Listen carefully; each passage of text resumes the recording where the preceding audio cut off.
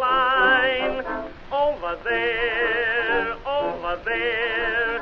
Send the word over there. That the Yanks are coming, the Yanks are coming. The drums coming everywhere.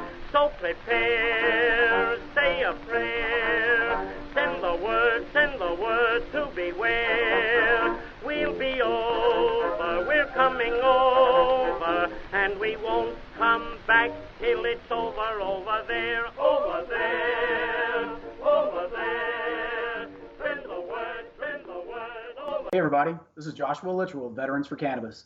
Appreciate you joining us today. We have Troy BOWYER today. He's here in office here in Georgia, wonderful, hell hot Georgia. It's beautiful today. And we're here with the Veterans for Cannabis podcast. We're really going to focus on what is medical cannabis, how can it help you, how can we get access through the Veterans Administration, Troy? That's going to be something we'll really touch on today. But first, we want to get to know you, Troy, and who you are, what your service was. Tell us a little bit about who you are, where you're from, where you came from, and how we can really help uplift our community that we're really working towards now. Well, Josh, thanks for having me. I'm a 10-year medical retiree out of the Army, born and raised in the Midwest, Missouri. I was medically retired in 2013. I've had a few back surgeries, some physical injuries, psychological injuries, all that good stuff.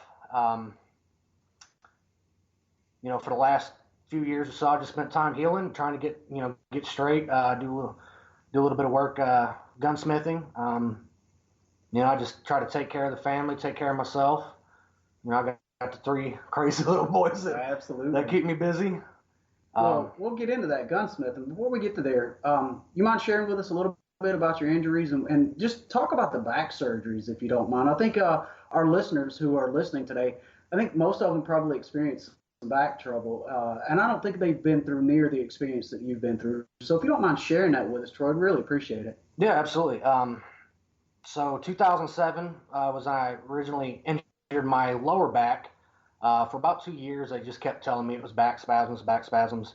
Finally, they tried to med board me the first time, and they did MRIs finally, and they found that the L405 was herniated, putting pressure on some nerves in my spinal cord. So we ended up going through that med board process. I fought it, wanted to go on that deployment. Absolutely. With the people I trained with. So I won that one, went on that deployment, come back, they tried to med board me again. I fought that one again.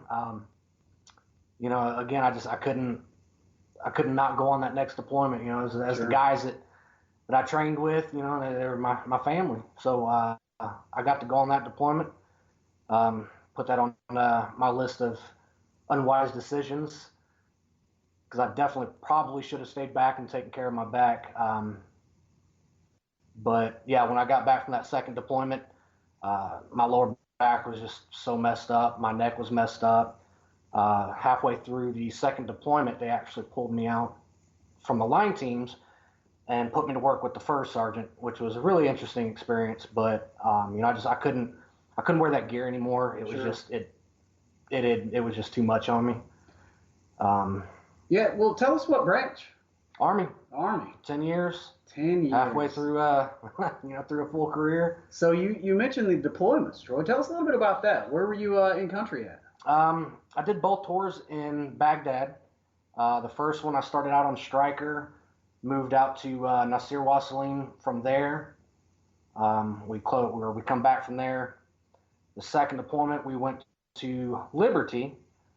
And from there, I actually ended up going out to Nasir Wassalim again, and we actually shut it down, turned it over to the IA there, which was, a pretty interesting process. And then, there at the end when we started closing everything down, and we had all those massive convoys moving down south, we was pulling out, and that was some busy time, busy time. Troy, you talk about some busy time, and I think the crazy part of it, I'm an Air Force guy. I served there in 2003 when we went into Iraq. Yep. Secured Baghdad International, and I shut down. And you guys who are listening can't see my air quotes as Troy Troy and I sit here in the studio here in Georgia. can't see my air quotes, shut Ali Salim down there in Kuwait. It's so funny because my wife, whom's still active duty, she hits 20 years in October.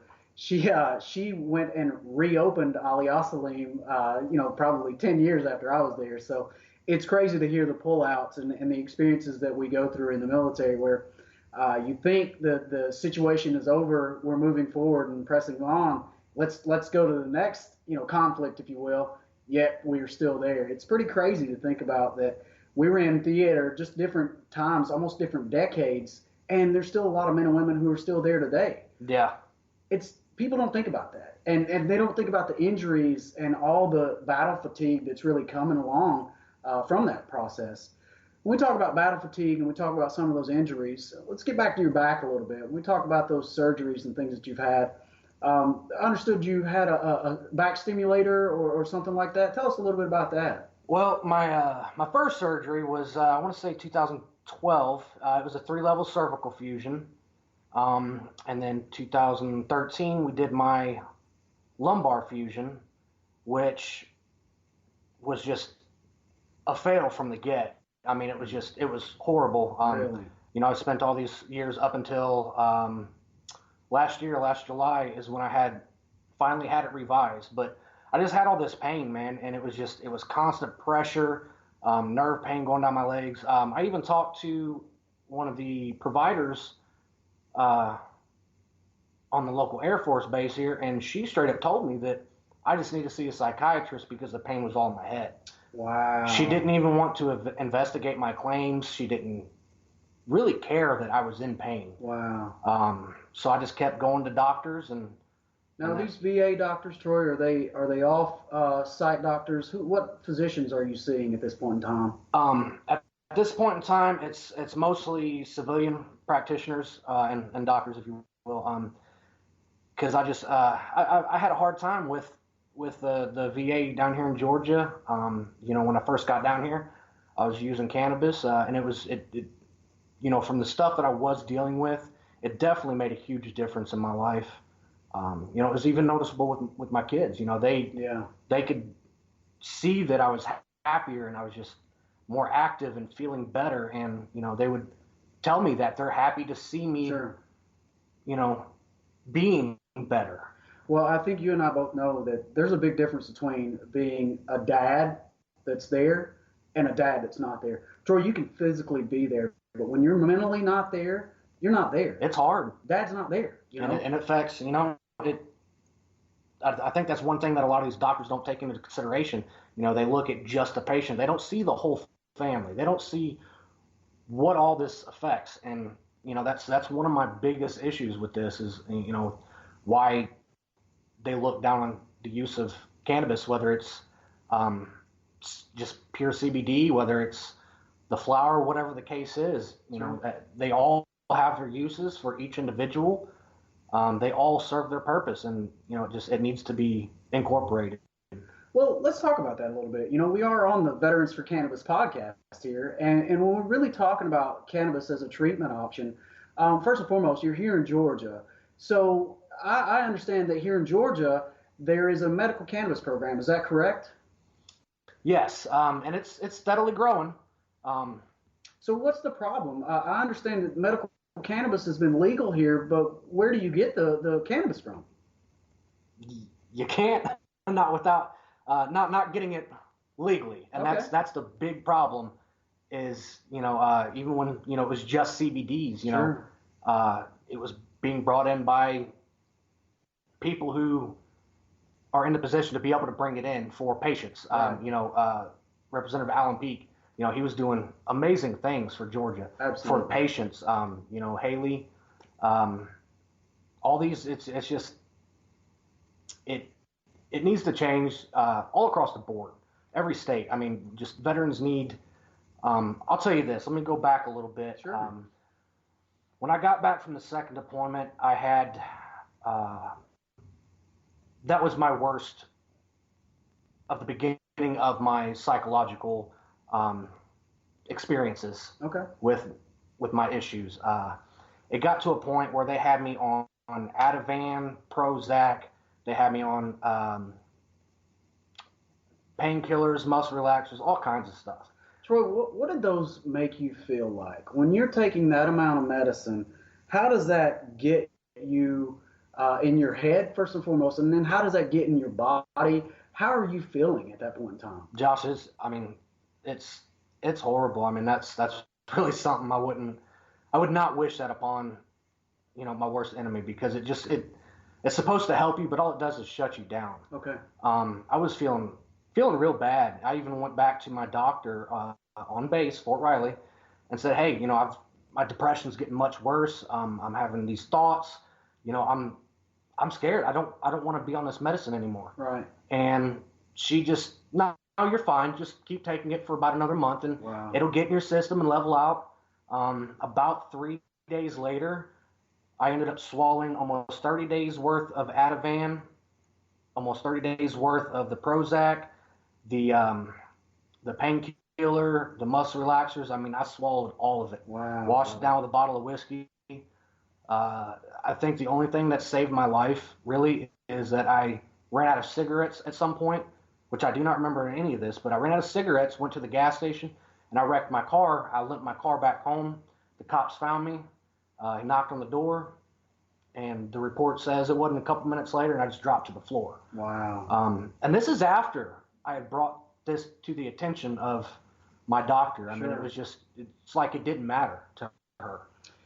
Troy, I'm sitting here, across from you, and I look in your eyes and I see your face. And a lot of times we don't have that opportunity when we do these podcasts. And I can't tell you, how much it means just to me to hear you tell your story, and how much I say thank you to you for sharing this, because our listeners may be in the same situation where they're really struggling.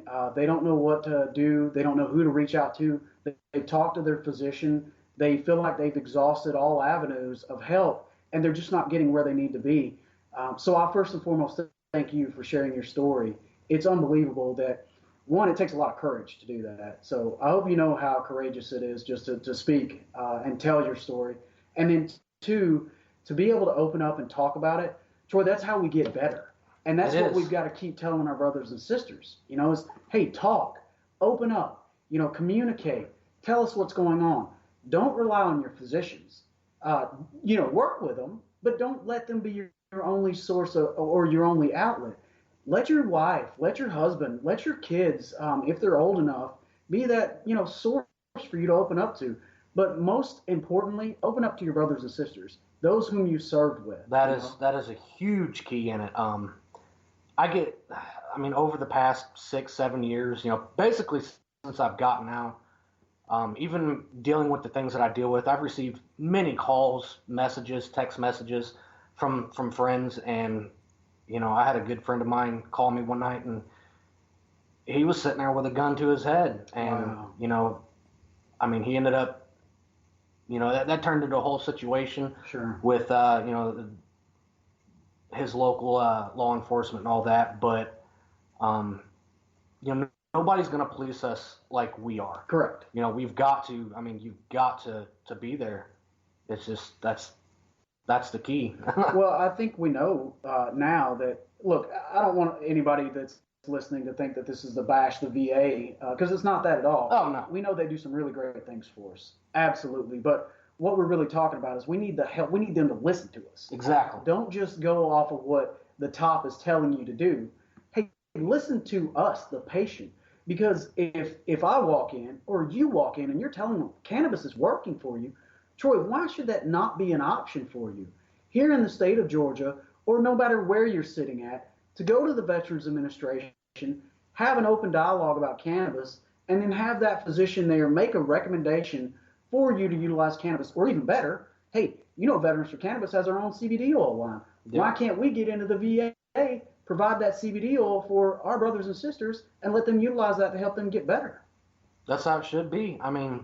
It's the proof is there. When I was going through all that, and when I first got out of the military, I started smoking, and that's when some stuff really changed for me, and when things really picked up. At that point in time, I wasn't spending a whole lot of time with my kids, but it started getting better. I started making progress.